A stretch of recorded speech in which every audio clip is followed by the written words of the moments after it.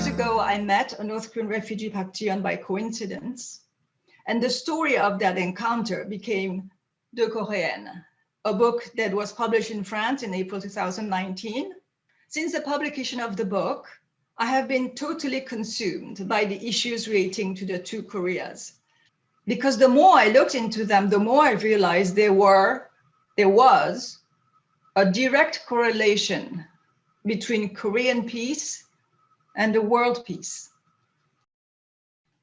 In the next 40 minutes or so, I will talk about how the historical context of the division of Korea pushed me to write a book, how that book led me to take a position with the NUAC, and how I see South Koreans and North Koreans living together in the UK going forward.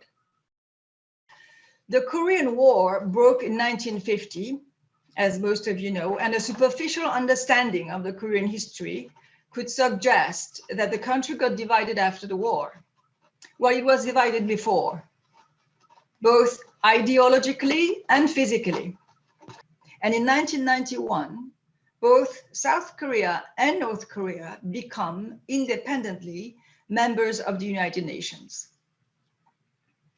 Unlike South Korea, however, North Korea feels very isolated internationally and insecure about its national security. It is no wonder that from 1992 to 2017, it will mainly focus on developing nuclear weapons to protect itself from adversity.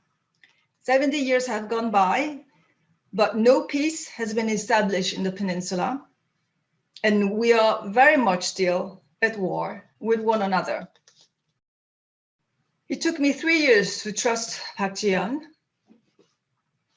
the North Korean refugee, but to soothe my anxiety and to stop feeling helpless, I accepted her proposition to write a book together.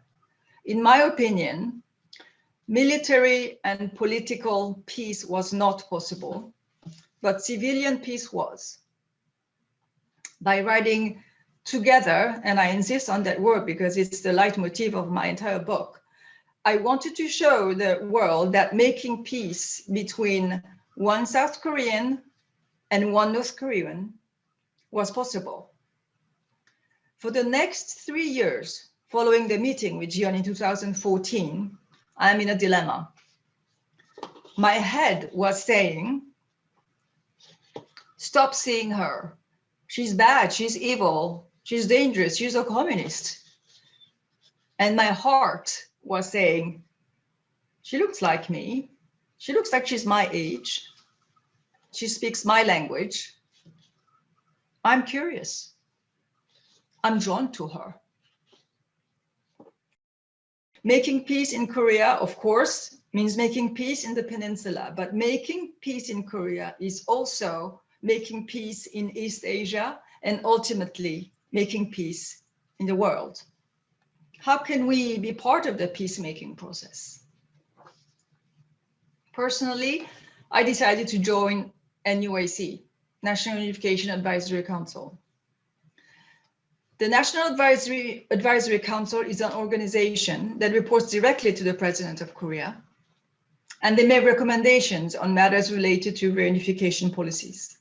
For me, it was a perfect platform to leverage and put in action what I said I would do in the book. I talked about how I made peace with one North Korean refugee in the book. I wanted to make peace with more. 70 years is a long time. Accepting that we are different, basic but fundamental understanding, I think will be the key to avoid social conflicts going forward. Isn't it time to build a new sense of belonging? Not a North Korean, not a South Korean, but simply a Korean identity.